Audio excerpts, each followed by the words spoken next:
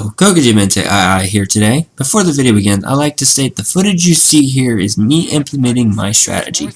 Just look at how well it works for me flawlessly. Enjoy. What is up, static gamers? It is Mythic FireFight bringing you here today how to be good at Mythic Warzone firefights. This is pretty simple and pretty easy to actually go about doing.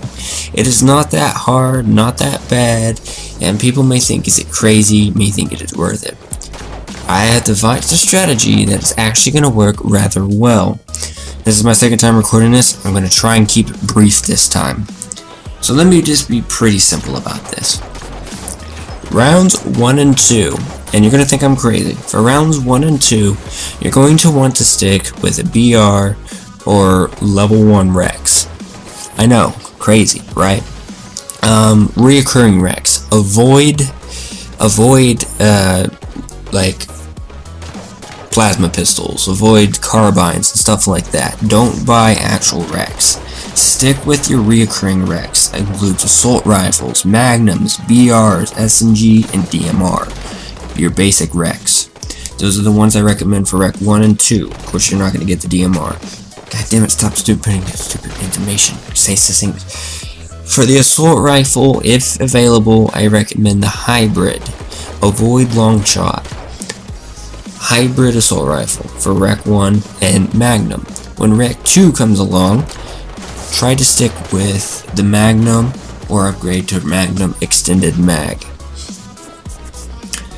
In Rec 1, round 1, focus on killing those AI as fast as you can.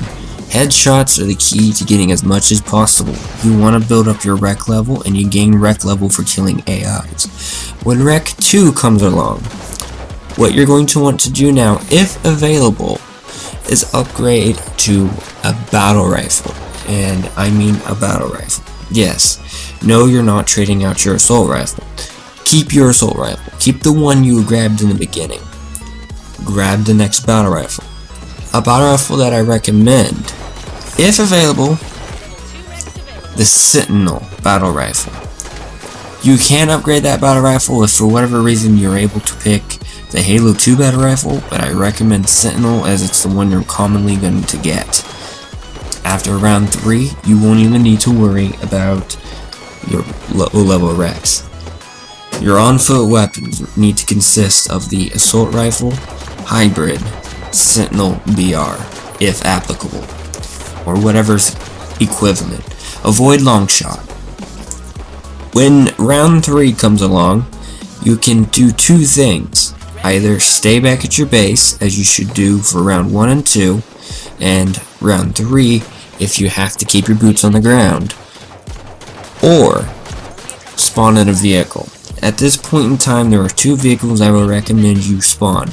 At all costs, avoid warthogs and mongooses, ghost, and wasp for Rec level 3. If you spawn in a ghost, stay laid back, nick the enemies off, move when you can, and Rec 3, try to focus more on the AI around them and then kill a boss, or kill a boss as need be. Wasp, always stay back, laid back, doesn't matter what enemy it is. It's devised with a shield that you can use for multiple things. I will get into that shield advantage later when we get talking about vehicles. Wasp, recommended for Rec 3, keep your distance, nick your enemy off from a distance. Don't let them take fire on you. If you're taking damage, you're too close. Round 4. Your picture opens up even wider. You now have the option to spawn Ghost, Wasps, Wraiths, Scorpion, and Mantis if applicable. At this point in time, you should be around Rec level 5, 6, or 7. You want to at least be by 7 by the time you reach round 5 for every player. For the Wraith, I recommend keeping your distance, mortar the enemies if you can. If you have to get in close, I recommend the Sword Wraith. Temple Wraith. Scorpion, If you're going to spawn a scorpion, do not do regular scorpions. They die instantaneously. Use scorpions such as the woodland or higher. It is a legendary wreck, I know, but it's required. Banshees, and don't do banshees. Ghost, any of them will work. Stay mobile, don't let the enemy get your hit reticle. And then the last vehicle thing is the wasp, and then the mantis. The mantis, do the same thing as you do with the wasp if you're taking out regular AI. However, with the mantis, use it as a boss killer. If you have a mantis, you need to be targeting and hunting down that boss. No, this does not mean go up and confront them in plain open sight. It means stay close enough to where all you're shooting is the boss, but at the same time you're taking cover using the vehicle shields that the mantis comes with. So let's get into a little detail on how to make this work. If you do this, if everyone in the fire team does this, they will win. This does require requirements, of course, and that's sad. To succeed at this, rounds 1 and 2, you will have to get a good set amount of kills. If you are not at least by rec 3, by round 3, you have failed. You can make up in round 3, but if you don't make it to rec 3 in round 3, you give up.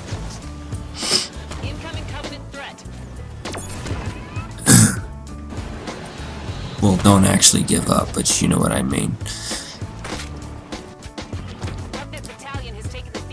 When you get to rec 4, rec 4 and 3, this is when you want to start spawning in your vehicles when you can. So let me round 3 and round 4. When you put a spot spawning your vehicles in. Let me explain the vehicles real quick. Why I recommend shielded vehicles. When you're in rec 3 and 4, your shields are protected by the vehicle. Without the ability to get shields from your enemy, you're not as vulnerable in the vehicle. Vehicles are almost the key to succeeding in Mythic FireFight. What you need to do is take the strategy as if you have shields and pretend the vehicle shield itself is your shields. This works with wasps, ghost, wraith, etc. Anything that actually has a shield for its wreck. Yes, the Wraith Temple does have a minor shield. Same thing with the Ghost. Rare exception, it's a Sword Warthog. I know I said avoid it, but only if need be. I'm not going to go over scenarios where you can pull out wrecks that I haven't recommended. Those you'll have to experiment with.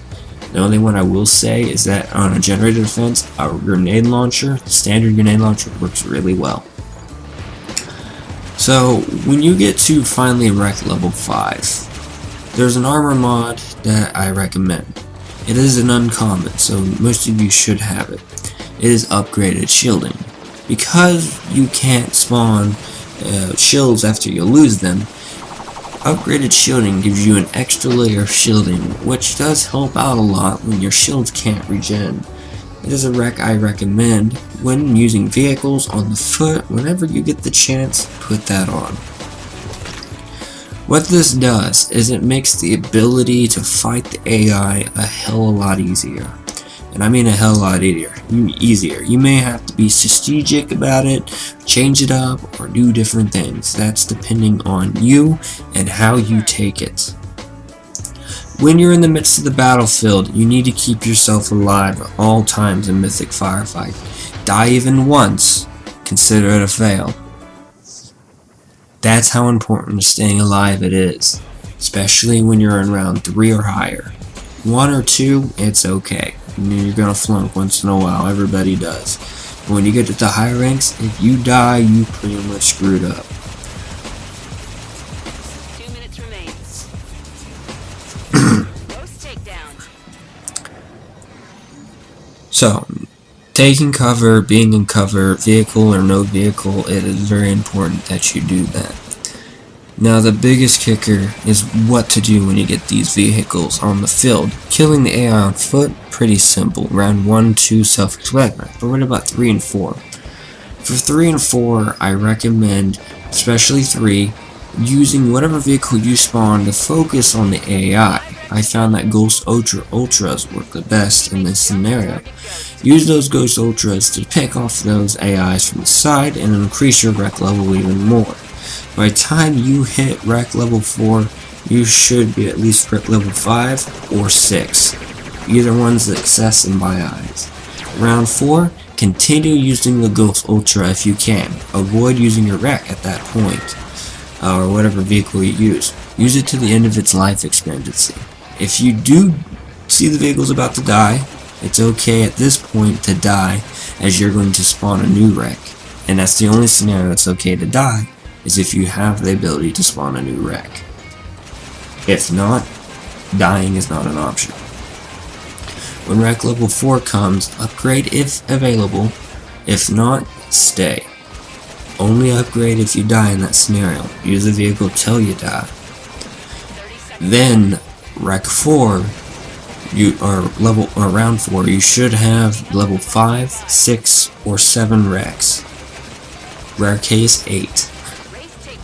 If you do, spawn in the best vehicle you've got, which includes scorpions, wasps, wraiths, and ghost. Those are the ones I recommend. A rare scenario, if it is banshees in the sky, you are okay to spawn a goshawk if you stay from a distance and snipe them. Get in close, you're done for. Every other vehicle you can get in close, and I found the ghost works best against those banshees. Unless you're using a goshawk from a distance, it works even better. But if you have to get in close, or it's all you have applicable, use a ghost, snipe them off from wherever you can. They work phenomenally for me. So those are the vehicles that I recommend. Out of the wasp, I do not recommend the Oni wasp, as it's not that accurate and not that great. Now, here's the hardest part about all this. You managed to survive to the 5th round, the final boss round. At this point in time, your entire team is going to have to focus on the boss. No AI, no regular roll AI, just that boss. By this point in time, you should have level 7, 8, or even 9 wrecks available. Rare scenario, level 10. If you can, spawn in a legendary wreck. This is the sad thing about Mythic Firefight, is you do have to spend those wrecks. Lucky for me, it's finally something I can use my wrecks on. I like it. I also don't like though I will run out of wrecks. Damn. However, the cool thing about it, though, is the fact that when you spawn these vehicles and these different things in, you can do a whole lot of different things that are cool and awesome. Once your teams have destroyed those 3 first boss you usually have to encounter, whether it's Banshee or whatever, the last boss comes in, and this is usually the one that gets everyone. We always get down to the last boss, and we never seem to beat it. How do you beat it? Well, by simply ignoring the little AI. I'm talking the grunts, the Prometheans, etc. When it comes to the final boss, every player needs to use the strategies we've talked about so far, staying back, sniping the enemy, taking as little damage as possible, and purely combating the boss. Amongst 3 players, we were capable of damaging the boss just enough so where it was almost half. The rest of our players were dying and dilly-dallying with the rest of the AI, which weren't even near the boss. So it is possible to kill the boss without getting near. People just need to be smart when you're on the battlefield and know who and when to attack. It is safe to say you can completely, and I mean completely, ignore that AI to go do it. The footage that I should be showing will show that I ignore this AI. The footage you are seeing shows this strategy. If you're unsure about yourself, go ahead and watch this video again. That is my strategy to beating Mythic Firefight. If you all follow this, you're going to do epically great. It's going to help you, and you will start to see wins in Mythic Firefight. I really do, guys, hope you enjoyed this video, as this is my first tips trick video or whatever for Halo 5. And if you do like more of this, hit that like button, let me know you want to see more like this, depending on what happens. Anyway, guys, thank you so much for watching, and of course, if you did enjoy, don't forget to comment, like, subscribe, and we'll see you in the next video. Don't forget to lay back, stay static. This is Go Easy Mente, I, signing out.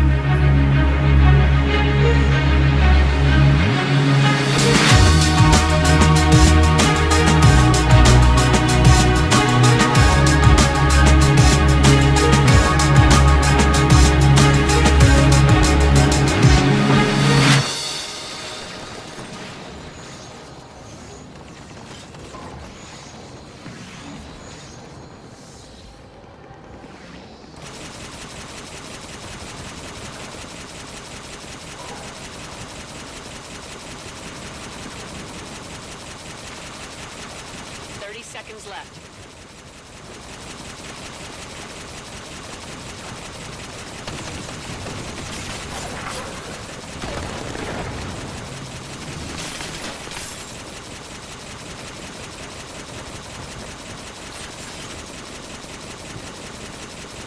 Seconds.